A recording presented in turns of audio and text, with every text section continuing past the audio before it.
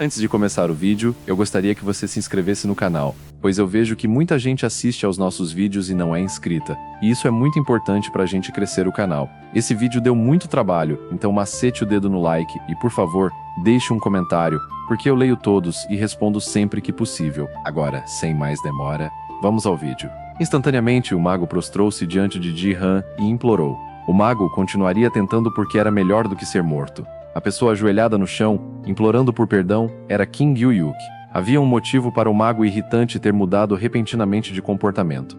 Eles tinham recebido um total de 3 vidas na partida de sobrevivência da Liga Bronze.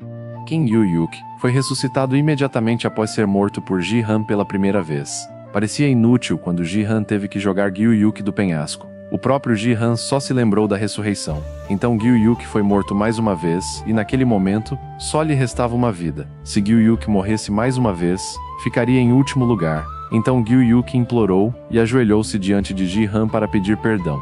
A partir daquele momento, Gyu-yuk se esforçaria ao máximo. Não importava o que acontecesse, ele precisava evitar ficar em último lugar. Seu nível cairia como punição por isso, e todas as habilidades compradas com aquela preciosa riqueza simplesmente desapareceriam. Se o nível do usuário não atingisse o nível exigido para a habilidade, ela desapareceria automaticamente.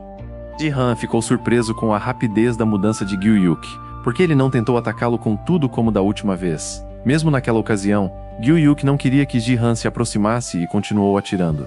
Ji-han sabia que Gyu-yuk era realmente bom com fogo. Ao ouvir isso, Gyu-yuk ficou surpreso, mas era verdade que eles eram habilidosos com fogo.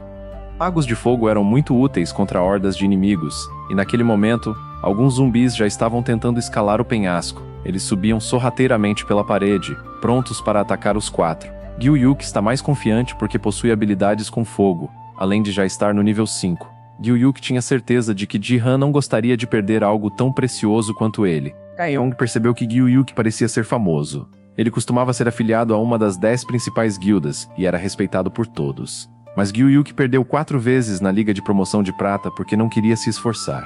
Depois disso, Gyu-yuk passou a vagar por aí procurando confusão como um perdedor. De repente, Gyu-yuk disse que tinha uma condição para Ji-han. Ji-han deveria se desculpar com Gyu-yuk porque Ji-han o havia matado. A mão de Gyu-yuk foi até o rosto de Ji-han, surpreendendo-o. Depois que Ji-han se desculpasse, Gyu-yuk estaria disposto a trabalhar com eles. Vendo isso, Archer ficou muito feliz e achou melhor que todos fizessem as pazes.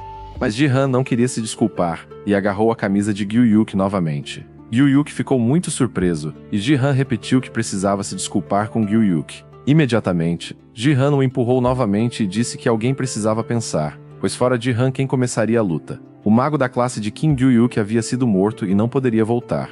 Ji-han imediatamente os convidou a se retirarem.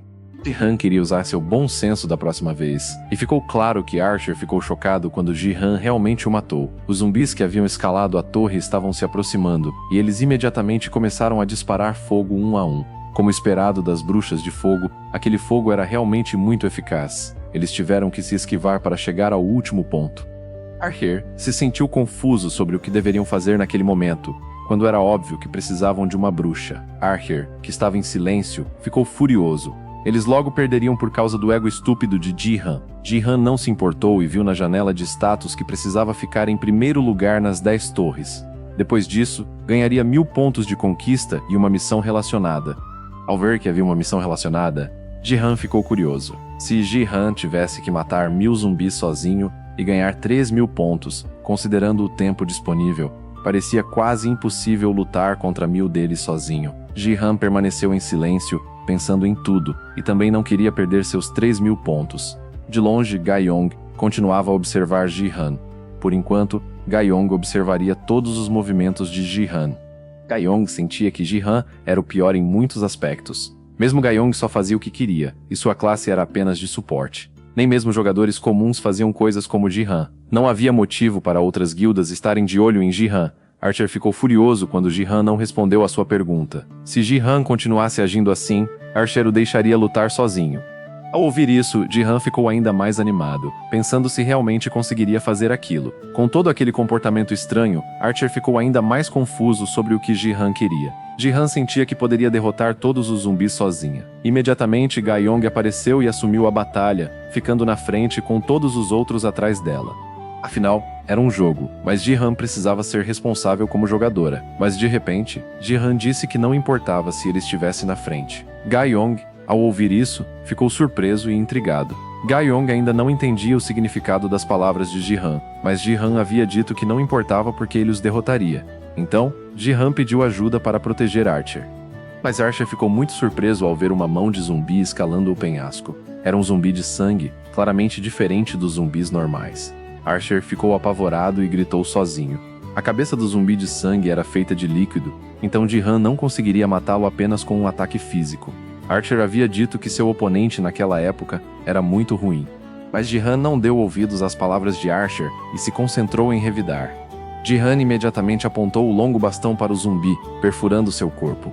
Ga-Yong ficou surpreso ao ver o corpo do zumbi ser destruído instantaneamente, e até mesmo uma luz azul surgiu. Eram chamas sagradas brancas, e era possível que Ji-Han tivesse usado o poder divino. Um a um, os zumbis eram atacados por Ji-Han. Sua varinha emitia uma luz azul tão intensa que matava os zumbis instantaneamente. Mesmo sem saber se conseguiria fazer tudo aquilo, Ji-Han decidiu tentar. 1000 zumbis que Ji-Han tinha que derrotar sozinho.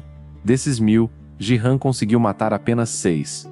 Ainda havia muitos outros zumbis que Ji-Han precisava matar com seu bastão. Os pés de Ji-Han na beira do penhasco conseguiam pisar nas mãos dos zumbis que tentavam escalar. Mesmo parecendo difícil, Ji-Han tentou. Sozinho, Ji-Han conseguiu matar 26 zumbis. Seu bastão de poder azul não dava muita chance aos zumbis.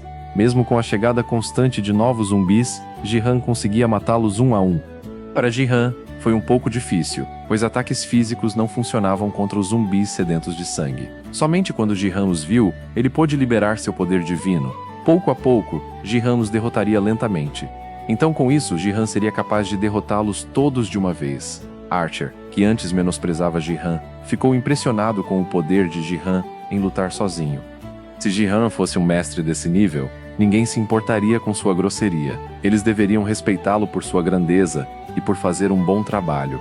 Ga-Yong ficou em silêncio, sem palavras. Ji-Han conseguia lutar controlando seu poder divino livremente, sem desperdiçar nada. Ga-Yong não conseguia acreditar que Ji-Han pudesse usar um controle tão preciso. E, mais importante, Ji-Han estava mirando apenas na cabeça o tempo todo. Foi inesperado que Ji-Han conseguisse matar 210 zumbis. Imediatamente, uma notificação apareceu informando que Ji-Han havia cumprido os requisitos. Ji-Han havia compreendido completamente a relíquia de seu outro mundo, e seu poder divino havia aumentado para 6. Dessa forma, seria mais fácil para Ji-Han lutar, pois ele estava mais forte. Ji-Han sabia que existiam diferentes métodos para aumentar seu poder divino. Todos eram muito bons, e um dos melhores métodos era o de aumentar relíquias, objetos sagrados. Em 2010, quando o tutorial da Terra começou, as relíquias eram vendidas e negociadas a preços altíssimos, com a promessa de que continham algum segredo. Mas, após 10 anos, nenhum segredo foi encontrado. No fim, o preço das relíquias continuou a cair e as relíquias de outros mundos, em particular, não tinham mais valor. Muitas pessoas sequer sabiam de sua existência. Mas Sofia, uma membro de 3º nível do Punho da América, que se tornou uma santa, aumentou seu poder divino usando uma relíquia de outro mundo. Naquela época, quando Ji-Han ainda estava no mundo passado, ele sempre acompanhava Sofia na guilda Punho da América, no leste da América. Sofia lhe contou sobre o poder divino que ele possuía, graças à relíquia de outro mundo que o aumentava. Embora isso não pudesse mais ser feito após o término do tutorial, Ji-Han não acreditava que fosse possível, e Sofia achava que era bem verdade. Caso contrário, como Sofia poderia se tornar uma santa se Ji-Han segurasse a relíquia de outro mundo por um longo tempo e orasse, isso poderia aumentar seu poder divino. Claro, os requisitos de cada relíquia eram ligeiramente diferentes. Quem diria que existia um método fácil que ninguém conhecia, nem mesmo Ji-Han tinha certeza disso. Mas o que poderia ser, já que, mesmo que alguém ouvisse os rumores devido à oferta limitada de relíquias de outro mundo, encontrá-las seria muito difícil? Além disso, só poderia ser feito durante o período de treinamento. Sofia teve sorte de poder usar a relíquia sozinha, mas pensando bem, não parecia tão simples assim. Era uma informação exclusiva que ninguém mais conhecia. Havia uma pessoa que comprava relíquias de outro mundo continuamente, e só foi descoberta pelos outros jogadores após Ji-Han retornar à cobertura do Palácio da Espada, em uma sala repleta delas. O poder divino havia sido todo absorvido, então a maioria das relíquias estava vazia. Ji-Han descobriu o que havia acontecido pelas identidades dos outros jogadores que colecionavam relíquias de outro mundo.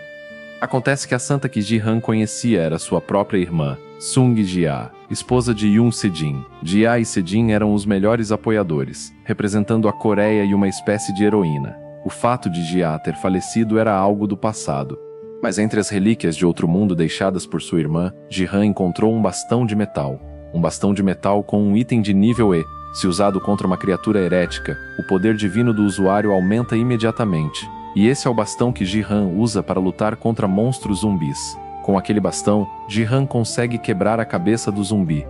Mesmo que seu nível tenha caído e não haja mais poder divino para absorver, o bastão ainda é resistente e perfeito para atingir qualquer coisa à sua frente. Ga-yong só pôde admitir, ao ver Ji-han lutando diante dela, que suas habilidades físicas eram realmente extraordinárias. Mas será que tudo isso é possível porque o controle de teclas de Ji-han não faz o menor sentido? Archer não parava de dizer que era incrível, mas, de repente, um zumbi apareceu diante de Archer. Com movimentos rápidos, Ga-yong mata zumbis com sua espada. A espada de Ga-yong emitiu uma luz vermelha e parecia muito afiada. Ji-han ficou surpreso ao ver aquilo e sentiu que havia algo familiar nela. Era apropriado que Ji-han sentisse que havia algo familiar em Ga-yong. Descobriu-se que Ga-yong era a espada da flor de ameixa. Ga-yong é uma jogadora com boas perspectivas de se tornar uma rainha da espada. Mas infelizmente, Ga-yong não teve um final feliz, pois morreu pelas mãos de Yoon Se-jin. Por coincidência, parece que Ji-han acabará salvando Ga-yong. Quando ela ficou repentinamente em silêncio, Ga-yong chamou Ji-han. Ga-yong pediu permissão para se juntar à luta, pois acreditava que, lutando, poderiam alcançar uma posição mais alta. Antes de responder, Ji-han olhou para sua janela de status. Naquele momento, Ji-han havia matado 398 zumbis e estava no nível 5. Comparado a 1000 zumbis, ainda havia muitos para Ji-han eliminar. Mas Ga-yong e Archer estavam muito atrás. Mesmo com apenas 1h30 restante, não era muito tempo. Se Ga-yong fosse realmente uma espadachim, conseguiria sobreviver mesmo sem Ji-han. Ji-han aceitou a oferta e eles tentariam lutar contra os zumbis juntos. Os zumbis continuavam vindo implacavelmente. Ji-han deixaria o topo para Ga-yong e Archer. Instantaneamente, Ji-han saltou do penhasco e desceu em direção a dezenas de zumbis. Eles ficaram obviamente chocados, mas o cajado na mão de Ji-han já emitia uma luz azul. Ji-han reuniria todos eles e os atacaria imediatamente. Archer ficou surpreso ao ver que Ji-han escolheu descer a torre e lutar sozinho. No final, eles completaram a missão e foi incrível ficar em primeiro lugar. Ji-han olhou para os limites da missão que havia concluído com sucesso rapidamente. Parecia ser verdade que tudo aquilo ainda era demais para o Ji-han atual. Ji-han só conseguiu matar 560 zumbis e o jogo acabou. Archer não parava de dizer que Ji-han era incrível e continuava a agradecê-lo. O próprio Ji-han não conseguia parar de olhar para sua janela de status. Ji-han desafiaria uma batalha como essa novamente quando ficasse mais forte, mas não sabia se a mesma missão apareceria mais tarde. Archer queria que eles participassem novamente mais tarde, mas Ga-yong ainda sentia descrença, como se tudo fosse impossível. Será mesmo que todos os inimigos foram derrotados por um jogador independente sozinho? Além disso, Ji-han é um suporte cujo nível é inferior ao de Ga-yong. Todos os zumbis estavam completamente mortos, o que fez Ga-yong sentir que já havia um bug no jogo. Archer saiu do jogo primeiro e Ji-han ainda estava ocupado sozinho. Ji-han só queria pegar seu prêmio, mas de repente Ga-yong o chamou, surpreendendo-o. Talvez Ga-yong o reconhecesse. Ji-han sentiu como se nunca tivessem se visto antes, mas Ga-yong queria falar com ele seriamente. Com o potencial e os resultados que Ji-han demonstrou nos 2 tutoriais, ele era exatamente o que a Guilda Estrela Gêmea precisava, e, como jogador da Estrela Gêmea, Ga-yong o recrutaria para a guilda. De repente, Ga-yong pediu o número de Ji-han sem dizer uma palavra. Ao ouvir isso, Ji-han ficou imediatamente surpreso, e Ga-yong ficou muito envergonhada. Ga-yong pediu o número sem explicar a situação primeiro. Por estar envergonhada, Ga-yong imediatamente explicou o motivo de ter pedido o número de Ji-han. Ga-yong disse que fazia parte da Guilda Estrela Gêmea e que queria recrutar Ji-han. Mas antes que Ga-yong terminasse de explicar, Ji-han interrompeu a conversa e se desculpou. Ji-han também não se lembrava do próprio número de telefone, o que deixou Ga-yong muito surpresa. Ji-han lhe daria o número quando se encontrassem novamente. Como não havia mais nada a conversar, Ji-han decidiu ir embora primeiro. Mas Ga-yong não conseguia aceitar que Ji-han tivesse esquecido o próprio número. Seria possível que Ga-yong tivesse sido rejeitada dessa forma? Ga-yong parecia muito envergonhada, mas não podia fazer nada. Ji-han voltou para a Coreia e saiu do jogo. No caminho, Ji-han ainda pensava em seu número. Ji-han já estava acostumado com números americanos e não se lembrava mais de qual era o seu número na Coreia. Era impossível que Ji-han simplesmente perguntasse o seu número assim. Imediatamente, Ji-han percebeu que realmente havia uma proposta de recrutamento. Parecia que Ji-han havia conseguido atrair a atenção de todos. Na verdade, Ji-han poderia ter pedido o número de Ga-young para ele, mas naquela época Ji-han ainda não tinha intenção de se juntar à guilda. Ji-han verificava sua janela de status frequentemente, e o mais importante naquele momento era a recompensa da batalha. Era uma sensação ótima, pois seu nível havia subido 2 pontos, chegando ao nível 8. Até mesmo Ri-han recebeu 1500 GP. O poder divino de Ji-han também havia aumentado, o que era muito bom. Infelizmente, Ji-han ainda não conseguia comprar uma relíquia com esses 1500 GP. Em 2020, deveria ser barato, mas estava muito caro. Ji-han estava prestes a ir para casa ver como Nuna estava, mas ao chegar em casa, ficou muito surpreso ao encontrar um par de sapatos à sua frente. Havia até alguns pacotes de ramen jogados no lixo. Todos têm seus momentos de arrependimento na vida. Ji-han também tinha muitos arrependimentos de sua vida passada. Parecia impossível, e Ji-han lentamente se viu diante de um momento em que poderia ter protegido aquela mulher. Imediatamente, Ji-han percebeu que ainda deveria estar lá fora. Ji-han tinha tantas coisas para dizer àquela mulher quando se reencontrassem. Ji-han considerava Seiya uma mulher muito forte. Por isso, ele queria protegê-la e era grato por Seiya querer protegê-la. No passado, Ji-han bebia muito, e foi isso que causou todos os seus problemas. Seiya só queria que Ji-han confiasse nela, mas algo mais aconteceu, pois quando os dois destruíram Seiya, tudo acabou mal. Ali Ji-han expressou todos os seus arrependimentos e se desculpou por não ter conseguido proteger Seiya. Talvez isso soe muito constrangedor para Ji-han. Seiya é filha da irmã de Ji-han, cresceu e está muito bonita. Seiya, de 18 anos, é sobrinha de Ji-han, filha de sua irmã Seijin. Quando Ji-han voltou para casa, descobriu que Sena já estava lá. Ji-han imediatamente perguntou a Seiya, que poderia ter acabado de voltar de Jeju, mas naquele momento, Seiya chegou em casa antes dos outros. Quando Seiya nasceu, a irmã de Ji-han estava sempre ocupada com o trabalho. Então foi Ji-han quem cuidou de Seiya desde pequena. Todos sempre falavam do pai de Seiya, e ela havia perdido muitos familiares quando criança. Restavam apenas os dois, Ji-han e Seiya. Segundo Ji-han, Seiya era um membro muito importante da família. Ji-han perguntou a Seiya se ela havia recebido um telefonema do pai. Seiya recebeu, sim, mas o pai disse que estava apaixonado. Ele ligou apenas para conversar sobre isso, o que surpreendeu Seiya. Mas o pai não se importava com Seiya e não pedia sua compreensão. Seiya ficou confusa com a ideia do pai. Seria possível que ele realmente quisesse se livrar dela? Em voz alta, o pai disse que sim, pois essa era uma das condições que a mulher havia imposto para aceitá-lo. Seiya realmente não entendia o pai. Papai aceitou condições que não faziam o menor sentido, mas ele não pensou em Seiya e simplesmente desligou o telefone sem dar nenhuma explicação. Ouvir essa história deixou Ji-han muito chateada. De fato, Seijin era um completo idiota. Ji-han o considera um completo irresponsável. Seijin jogou o país e a própria filha no lixo por causa de uma mulher. Talvez Seijin não soubesse o quanto a inocente Seiya sofreu por causa de sua atitude. Seiya ficou surpresa ao ver a foto na parede destruída e perguntou a Ji-han o que havia acontecido. Ji-han se sentiu mal e pediu desculpas por ter destruído a foto. Naquele momento, Ji-han estava tão furiosa que não conseguiu controlar suas emoções. Na verdade, Ji-han se sentiu mal porque Seijin ainda era o pai de Seiya. No entanto, em vez de ficar com raiva, Seiya pensou: por que Ji-han destruiu a foto? Com as próprias mãos, Seiya continuou a quebrar a foto do pai até que todas estivessem em pedaços. Seiya gostaria que Ji-han não precisasse se preocupar com nada, pois ela mesma estava bem. Essa era a verdadeira Seiya. Mesmo que sua mãe, que era sua irmã, tivesse morrido, Seiya ainda aparentava normalidade para esconder a dor. Assim como quando seu pai a traiu e simplesmente a abandonou, Seiya sempre tinha um sorriso radiante e ria com alegria. Na verdade, Seiya se preocupava mais com Ji-han do que consigo mesma. Mas Seiya não agia mais assim, porque, a partir daquele momento, Ji-han estava lá para cuidar dela. Ji-han imediatamente segurou a cabeça de Seiya e percebeu que ela havia amadurecido. Seiya até sabia como se comportar na presença de Ji-han. Seiya ficou muito surpresa ao ouvir Ji-han dizer isso e gentilmente segurou a cabeça. Ji-han sempre a protegeria, não importava o que acontecesse. Ao ouvir isso, Seiya ficou muito comovida e triste. Seiya se sentiu cuidada e grata. Mas o momento foi interrompido pelo cheiro de suor do corpo de Ji-han. Naquele dia, no prédio da Guilda Divergente, localizado em Gangnam, na metrópole de Seul, estava Ga-young, com o rosto triste e silencioso porque Ha-yeon estava rindo dela. Gyeong a convidou para rir mais alto. Hayeon conteve o riso e pediu desculpas, prometendo que não faria mais isso. Mas Gyeong a deixou rir mais alto, se quisesse. Como não conseguiu mais se conter, Hayeon riu de Gyeong bem alto. Mesmo assim, Hayeon se desculpou por ter ouvido a história engraçada sobre aquele homem. Na verdade, Gyeong estava chateada, mas não podia demonstrar. Hayeon riu até chorar, de tão engraçado que era. A desprevenida Gyeong pediu o número de telefone de Lin e foi rejeitada.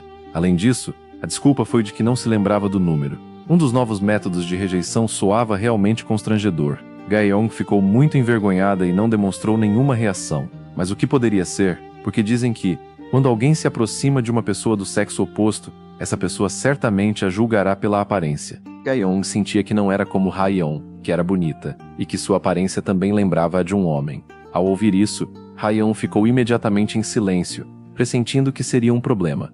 Gyeong deveria ter percebido o quanto era popular e admirada. E era verdade, pois atrás delas havia dois homens conversando sobre Gyeong. Eles a chamavam de espada de flor de ameixa e queriam convidá-la para sair. Mas tinham certeza de que não seria fácil. Entraram na sala de estar e assim que entraram, Hayeon deve ter se sentido imediatamente muito à vontade. Com uma xícara de chá quente na mão, Hayeon sentou-se relaxadamente de frente para a janela, ao contrário de Gyeong, sua guarda-costas, que sempre permanecia ereta ao seu lado. Gyeong perguntou novamente quais seriam os planos para recrutar Seong Ji-han. É claro que eles tinham que recrutar Ji-han de qualquer jeito. Os pais dela até ficaram obcecados e disseram para Hayeon recrutá-lo. Para Hayeon, pensar em tudo aquilo era estressante. Mas Gyeong também sentia que Seong Ji-han era realmente um talento que precisavam recrutar. De repente, apareceu uma notificação no celular de Hayeon. Seong estava transmitindo ao vivo. Era um programa de previsão de vencedores do Battle.net, e Hayeon ficou confusa com a repentinidade daquilo. Não deveria haver um jogo importante naquele dia. Gyeong se surpreendeu ao ver Hayeon ainda assistindo a transmissões de jogos de azar, mas Hayeon presumiu que não se tratava de jogos de azar, era apenas uma transmissão sobre análise de estratégia.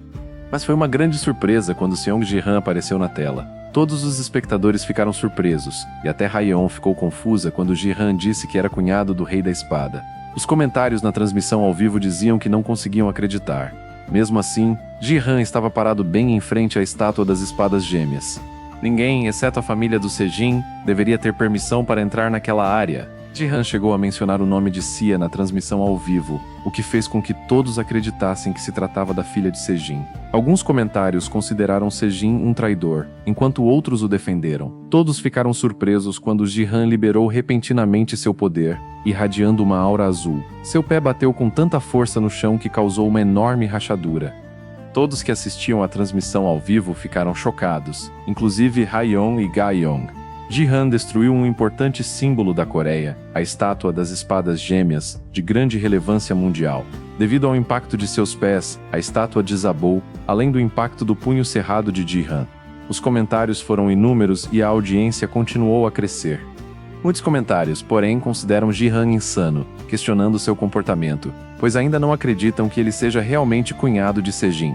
Felizmente, o objetivo foi alcançado e Ji-han se sente aliviado. Por enquanto, Ji-han começará a falar sobre a naturalização do Rei da Espada, Yoon Se-jin. O BattleTube é um sistema de streaming da Battle.net. Possui um mercado incomparável no mundo. E por fazer parte da Battle.net, o número de espectadores, inscritos e visualizações pode render recompensas ao atingir certos objetivos. Para Seong Ji-han, que detém o título de cunhado do Rei da Espada, não há situação melhor do que receber todas as recompensas. Após destruir a estátua, Ji-han ganhou muitos espectadores e também acumulou 100 mil dislikes.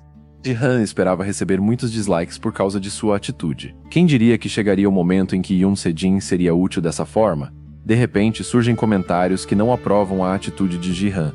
Ji-han não deveria ter sido tão ousado a ponto de destruir a estátua das espadas gêmeas, que simboliza o Rei da Espada. Eles temem que o Rei da Espada não retorne devido ao comportamento de Ji-han. O comentário veio de uma conta com um perfil preto com duas espadas gêmeas, o que significa que se trata da família do Rei das Espadas, os fanáticos fãs do clube Yoo Se-jin que levaram Seiya à morte, por serem os que mais apoiavam Yoo Se-jin. O ódio e a raiva deles cresceram com o tempo. A emoção explodiu contra o único parente de Se-jin, Seiya. Eles acreditam que o Rei das Espadas deixou o país por causa do filho rebelde.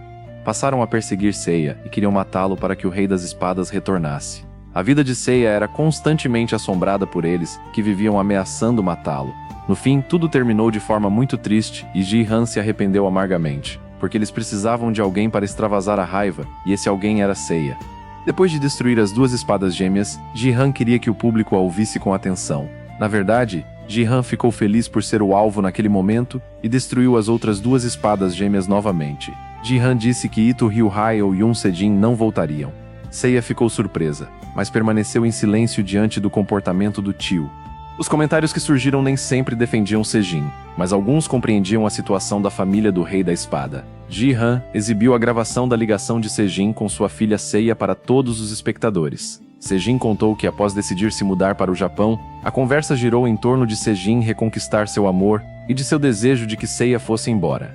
Taeyang ficou chateada ao ouvir a gravação, mas alguns comentários ainda duvidavam. Pensavam que era apenas um boato e se recusavam a acreditar. Mas de repente, Seiya apareceu diante da tela da transmissão ao vivo e se apresentou. A situação foi realmente surpreendente e repentina para Seiya. Ela estava ali porque precisava contar algo a todos. Seu pai queria que ela continuasse seu legado na espada. Mas Seiya não podia aceitar a herança de alguém que havia abandonado seu país e sua família. Portanto, o prédio que Se-jin herdou de Seiya será doado ao Estado. Todos ficaram muito surpresos e incrédulos. Mas Seiya espera que a doação seja muito útil para o tratamento dos jogadores coreanos. Seiya compartilhará mais detalhes posteriormente. Ji-han, ao ver a situação, apenas sorriu silenciosamente, pois algo havia acontecido 30 minutos antes. Foi Ji-han quem primeiro sugeriu a doação da casa a Seiya, e Seiya ficou, obviamente, muito surpreso. Até mesmo Seiya achou que Ji-han parecia estar bêbado. Seiya não entendia por que Ji-han queria doar tudo o que tinha. Seria possível que Ji-han tivesse perdido a cabeça, mas ainda se sentisse são. Para ser honesto, naquele momento, Ji-han não estava confiante o suficiente para convencer Seiya de todos os seus planos. Mas quem acreditaria neles, já que não estavam vendendo um prédio que qualquer um pudesse construir? Mesmo que tivessem que trabalhar a vida inteira, ainda não seria fácil. Então, optaram por simplesmente doar o prédio. Mas Ji-han precisava convencer Seiya a todo custo, também pelo bem dela. Após Yoon Se-jin ter destruído completamente a Coreia como representante do Japão, surgiram inúmeros comentários desfavoráveis, culminando na exigência de que a família Se-jin assumisse a responsabilidade por tudo. A fúria do povo coreano atingiu o ápice e tornou-se incontrolável. O governo, sem conseguir conter a raiva, confiscou todos os bens de Yoon Se-jin. Seiya, sem saber para onde ir, não conseguiu sobreviver aos perseguidores e ameaças da família do Rei da Espada. Por fim, devido a tudo isso, Seiya decidiu cometer suicídio, mesmo sabendo que o prédio ainda seria confiscado posteriormente. Assim, Ji-han decidiu doar o imóvel para a Coreia e garantir a segurança de Seiya. Seiya ainda não conseguia acreditar em tudo aquilo. Ji-han era apenas um tio que bebia o dia todo, mas Ji-han também não conseguia contar a Seiya que ele era do futuro. Talvez, após muita reflexão, Seiya tenha optado por doar a casa. Ao ouvir as palavras de Seiya, Ji-han ficou surpresa, questionando-se se Seiya realmente tinha certeza de tudo aquilo. Seiya não entendia por que Ji-han reagiu daquela forma, como se fosse diferente de quando Seiya havia concordado. Ji-han simplesmente sentiu que não fazia sentido Seiya concordar com tudo. Seiya tinha certeza de que Ji-han não havia dito aquilo sem motivo aparente. E o mais importante, fazia muito tempo que Seiya não via o outro lado de Ji-han, um tio muito confiante. Ji-han parecia curioso para saber como Seiya conseguia superar tudo aquilo. E de fato, Seiya era extraordinário. A conta com o logo de espadas gêmeas comentava constantemente que Seiya estava sendo enganado por um homem como Ji-han. Talvez Ji-han fosse um espião do Japão. Ao ler isso, Ji-han se sentiu feliz e pediu que continuassem a insultá-lo. Se continuasse assim, os membros da família do Rei da Espada não incomodariam Seiya. Mas Seiya precisava investigar tudo até o fim.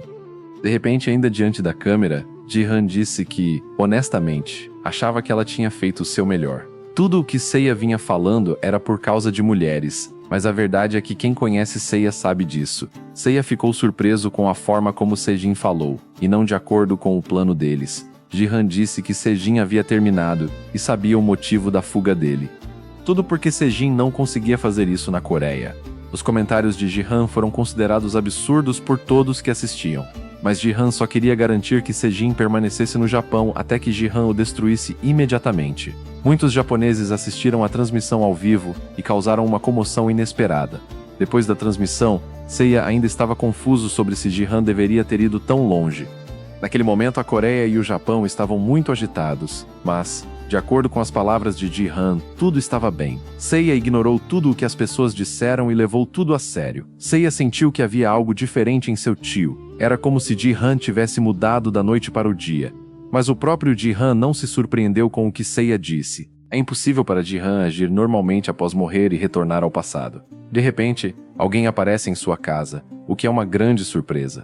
Eles não esperavam que fosse tão cedo, e alguém queria tomar posse da casa deles. Seiya fica com medo de que essa pessoa esteja procurando por Ji-han, mas Ji-han pede que ela não se preocupe, pois nada disso acontecerá. Ji-han verá quem aparece e logo conseguirá algum dinheiro. Em Tóquio, no Japão, circulam informações sobre a relação entre a Coreia e o Japão, que deve piorar. Tudo por causa da naturalização do Rei da Espada como cidadão japonês. Os japoneses também acham que ele deve estar muito decepcionado por ter perdido seu melhor jogador. Muitos criticam Seijin por ter feito tudo aquilo por uma mulher, e ficam curiosos para saber o quão bonita ela é. O problema é que o cunhado de Seijin está provocando-o. Os japoneses estão muito curiosos para saber como o Rei da Espada reagirá. Nesse momento, Seijin ouve todas as notícias que estão circulando, mas naquela mesma noite, Seijin estava com sua nova namorada e preocupado com ela. A mulher teme que Seijin passe por maus bocados. Descobre-se que Chizuru é uma nova mulher que está defendendo Seijin. Seijin não quer ser chamado de Seijin e mudou seu nome para Ito Ryuhai. Mas Chizuru estava completamente enganada, pois Seijin ainda era Yun Seijin. O jogador número 1 da Coreia é o Rei da Espada Yun Seijin. Seijin não entende por que Chizuru diria algo assim, mas a verdade jamais mudará. De repente, uma aura vermelha emanou do corpo de Chizuru, e ela imediatamente o beijou, sabendo que Jiri sempre amaria Seijin. Se você gostou e quer ajudar o canal, deixe seu like e se inscreva para a continuação.